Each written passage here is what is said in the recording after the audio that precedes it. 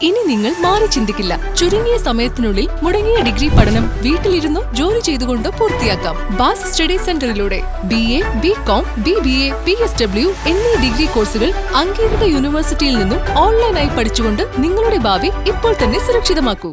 Hello everyone, bass online degree ചാനലിന്റെ മറ്റൊരു വീഡിയോയിലേക്ക് എല്ലാവർക്കും സ്വാഗതം. What is the difference between registration and re registration? ഇതായിരിക്കും എല്ലാവരും ഇപ്പോൾ ചിന്തിക്കുന്നുണ്ടായിരിക്കാം. കാരണം ഒരുപാട് സ്റ്റുഡൻസ് രജിസ്റ്റർ ചെയ്യാനും റീ രജിസ്റ്റർ ചെയ്യാനും വെയിറ്റ് ചെയ്ത് നിൽക്കുന്ന ഒരു പീക്ക് ടൈമാണിത്. അപ്പോൾ ആരെല്ലാം ഇത് ചെയ്യണം, എന്നാണ് ഇതിൻ്റെ ലാസ്റ്റ് ഡേറ്റ് എന്നായിരിക്കും ഓൾമോസ്റ്റ് സ്റ്റുഡൻസിൻ്റെ ഒരു ഡൗട്ട് എന്ന് പറയുന്നത്. അപ്പോൾ ഇതിനൊക്കെ ഒരു ഉത്തരമായിട്ടാണ് നമ്മൾ വന്നിരിക്കുന്നത്. അപ്പോൾ നമുക്ക് ഡീറ്റെയിൽ വീഡിയോയിലേക്ക് കടക്കാം.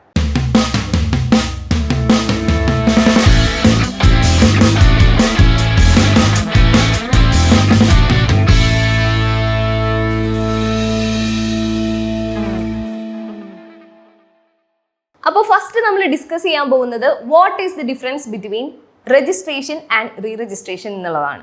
ഇപ്പോൾ രജിസ്ട്രേഷൻ എന്ന് പറയുമ്പോൾ പുതുതായിട്ട് ഇഗ്നൂവിൽ ജോയിൻ ചെയ്യാൻ പോകുന്ന സ്റ്റുഡൻസ് ആണ് രജിസ്ട്രേഷൻ ചെയ്യേണ്ടത്.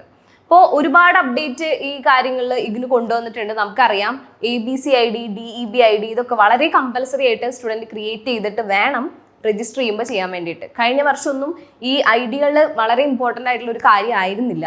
പക്ഷേ ഈ ഒരു അക്കാദമിക് ഇയറിൽ ഈ ഒരു 2 ID ക്രിയേറ്റ് ചെയ്താൽ മാത്രമാണ് ഒരു സ്റ്റുഡൻറ്റിന് രജിസ്ട്രേഷൻ ചെയ്യാൻ പറ്റത്തുള്ളൂ.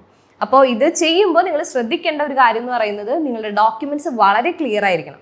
അതായത് നിങ്ങളുടെ ആധാർ കാർഡായിട്ട് ലിങ്ക് ചെയ്തിരിക്കുന്ന മൊബൈൽ നമ്പർ, അതുപോലെ നിങ്ങളുടെ ഡോക്യുമെൻറ്റ്സ് ഇപ്പോൾ SSLC +2 സർട്ടിഫിക്കറ്റ്, നിങ്ങളുടെ പാസ്പോർട്ട് സൈസ് ഫോട്ടോ, നിങ്ങളുടെ സിഗ്നേച്ചർ എല്ലാം നിങ്ങളുടെ കയ്യിൽ കറക്റ്റായിട്ടുണ്ടെങ്കിൽ മാത്രമാണ് ഈ രജിസ്ട്രേഷൻ കറക്റ്റായിട്ട് കംപ്ലീറ്റ് ചെയ്യാൻ പറ്റത്തുള്ളൂ. ABC IDയും DEB IDയും ക്രിയേറ്റ് ചെയ്യുമ്പോൾ ആധാറുമായിട്ട് ലിങ്ക് ചെയ്ത ഫോൺ നമ്പറിലേക്കാണ് നിങ്ങളുടെ OTP വരുന്നത്. ഇത് നമ്മൾ റിപ്പീറ്റ് ചെയ്ത് പറയാൻ കാരണം ഒരുപാട് സ്റ്റുഡൻസ് ഇതുവരെയായിട്ടും ആധാർ ഫോൺ നമ്പറായിട്ട് ലിങ്ക് ചെയ്തിട്ടുണ്ടായിരിക്കില്ല. അപ്പോൾ എത്രയും പെട്ടെന്ന് നിങ്ങളുടെ ആധാർ അപ്ഡേറ്റ് ചെയ്യുക. കാരണം അപ്ഡേറ്റ് ചെയ്തെങ്കിൽ മാത്രമാണ് നിങ്ങൾക്ക് ഈ ഒരു പ്രൊസീജിയർ കംപ്ലീറ്റ് ചെയ്യാൻ പറ്റുള്ളൂ. അപ്പോൾ രജിസ്ട്രേഷൻ്റെ സമയത്ത് നിങ്ങൾ ഡോക്യുമെൻറ്റ്സ് കറക്റ്റായിട്ട് കീപ്പ് ചെയ്യുക. മാക്സിമം ക്ലാരിറ്റി ഉള്ള ഡോക്യുമെൻറ്റ്സ് വേണം അപ്ലോഡ് ചെയ്യാൻ വേണ്ടിയിട്ട്. അല്ലെങ്കിൽ എന്തെങ്കിലും കാരണം കൊണ്ട് റിജക്ഷൻ വരാനുള്ള ചാൻസ് ഉണ്ട്. അപ്പോൾ ഇഗ്നു പഴയ പോലെയല്ല, കുറച്ചും കൂടെ കാര്യങ്ങൾ കുറച്ചും കൂടെ ടൈറ്റ് ആക്കിയിട്ടുണ്ട്. അപ്പോൾ നിങ്ങളൊരു കാര്യം മനസ്സിലാക്കേണ്ടത് നിങ്ങളുടെ ഡോക്യുമെൻറ്റ്സ് ക്ലിയർ ആവണം. നിങ്ങളുടെ IDയും കാര്യങ്ങളും നിർബന്ധമായിട്ടും ക്രിയേറ്റ് ചെയ്യണം. വളരെ വ്യക്തമായിട്ട് ഡീറ്റെയിൽസ് വായിച്ച് നോക്കിയിട്ട് വേണം നിങ്ങൾ രജിസ്ട്രേഷൻ കംപ്ലീറ്റ് ചെയ്യാൻ വേണ്ടിയിട്ട്. നെക്സ്റ്റ് നമ്മൾ പറയുന്നത് റീ രജിസ്ട്രേഷൻ എന്ന് പറയുന്നത് ഓൾറെഡി നിങ്ങൾ ഇഗ്നു സ്റ്റുഡൻ്റ് ആണ്. അതായത് നിങ്ങൾക്ക് ID കാർഡും കാര്യങ്ങളും രജിസ്ട്രേഷനൊക്കെ ഓൾറെഡി കഴിഞ്ഞ സ്റ്റുഡൻസ് ആണ് റീ രജിസ്ട്രേഷൻ ചെയ്യേണ്ടത്. റീ രജിസ്ട്രേഷൻ എന്ന് പറയുമ്പോൾ ഫസ്റ്റ് ഇയർ കംപ്ലീറ്റ് ചെയ്തു അല്ലെങ്കിൽ first and second semester complete ചെയ്ത സ്റ്റുഡൻസ് ആണ് നെക്സ്റ്റ് സെമസ്റ്റർ അല്ലെങ്കിൽ നെക്സ്റ്റ് ഇയറിന് വേണ്ടിയിട്ടാണ് നിങ്ങൾ റീ രജിസ്ട്രേഷൻ ചെയ്യേണ്ടത്. അതായത് നിങ്ങൾ സെക്കൻഡ് ഇയറിലോട്ട് കിടക്കുക, അല്ലെങ്കിൽ തേർഡ് ഇയറിലോട്ട് കിടക്കുക, അല്ലെങ്കിൽ സെക്കൻഡ് സെമസ്റ്ററിലോട്ട് കിടക്കുക, അങ്ങനെയൊക്കെ ചെയ്യുന്ന സ്റ്റുഡൻസ് ആണ് ഈ റീ രജിസ്ട്രേഷൻ ചെയ്യേണ്ടത്. റീ രജിസ്ട്രേഷൻ ചെയ്യുന്ന എല്ലാ സ്റ്റുഡൻസും ഓൾറെഡി ഇഗ്നു സ്റ്റുഡൻസ് ആയിരിക്കണം. അതായത് ഓൾറെഡി രജിസ്ട്രേഷൻ പ്രൊസീജിയറൊക്കെ കംപ്ലീറ്റ് ചെയ്ത സ്റ്റുഡൻസ് മാത്രമാണ് റീ രജിസ്ട്രേഷൻ ചെയ്യേണ്ടത്. റീ രജിസ്ട്രേഷൻ ചെയ്യുമ്പോൾ പ്രത്യേകിച്ച് പ്രൊസീജിയറും കാര്യങ്ങളൊന്നുമില്ല. കാരണം ഓൾറെഡി നിങ്ങളുടെ ഡോക്യുമെന്റ്സ് ഒക്കെ അപ്ഡേറ്റ് ചെയ്തതാണ്. അപ്പോൾ അതിന് പുറമെ നിങ്ങൾ ചൂസ് ചെയ്യുന്ന സബ്ജക്റ്റുകൾ ജസ്റ്റ് കറക്റ്റായിട്ട് ചൂസ് ചെയ്ത് കൊടുക്കണം. ഏതൊക്കെ സബ്ജക്റ്റ് ആണ് നിങ്ങൾക്ക് ആപ്റ്റ് ആയിട്ടുള്ളതെന്ന് നിങ്ങൾ മനസ്സിലാക്കിയിട്ട് നിങ്ങൾക്ക് പറ്റാവുന്ന സബ്ജക്റ്റുകൾ മാത്രം ചൂസ് ചെയ്ത് കൊടുക്കാം.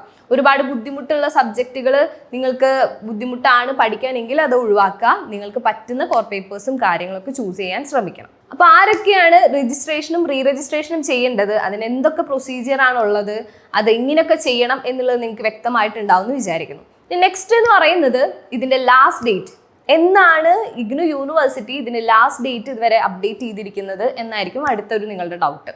ലാസ്റ്റ് ഡേറ്റ് എന്ന് പറയുന്നത് രജിസ്ട്രേഷൻ ആയാലും റീ രജിസ്ട്രേഷൻ ആയാലും February 15th ആണ് നിങ്ങൾക്ക് ലാസ്റ്റ് ഡേറ്റ് വന്നിരിക്കുന്നത്. അപ്പോൾ ഓൾമോസ്റ്റ് എല്ലാവരും അറിഞ്ഞിട്ടുണ്ടായിരിക്കും.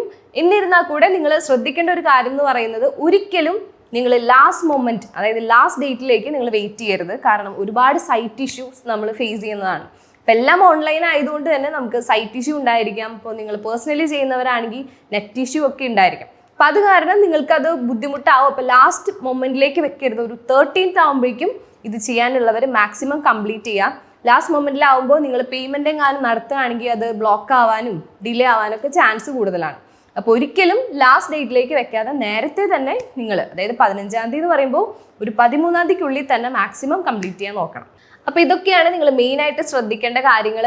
ആരൊക്കെ രജിസ്റ്റർ ചെയ്യണം, അതുപോലെ ലാസ്റ്റ് ഡേറ്റ്, ഇതൊക്കെ നിങ്ങൾ മൈൻഡിൽ വെക്കുക. കറക്റ്റ് യൂണിവേഴ്സിറ്റി പറയുന്ന സമയത്ത് തന്നെ നിങ്ങൾ ക്ലിയർ ചെയ്യുക. നിങ്ങൾക്ക് സബ്മിറ്റ് ചെയ്യാനുള്ള ഡോക്യുമെന്റ്സ് വളരെ വ്യക്തമായിട്ട് സബ്മിറ്റ് ചെയ്യുക. ഇതൊക്കെ ശ്രദ്ധിക്കുകയാണെങ്കിൽ പ്രത്യേകിച്ച് ഇഷ്യൂ ഒന്നും വരില്ല.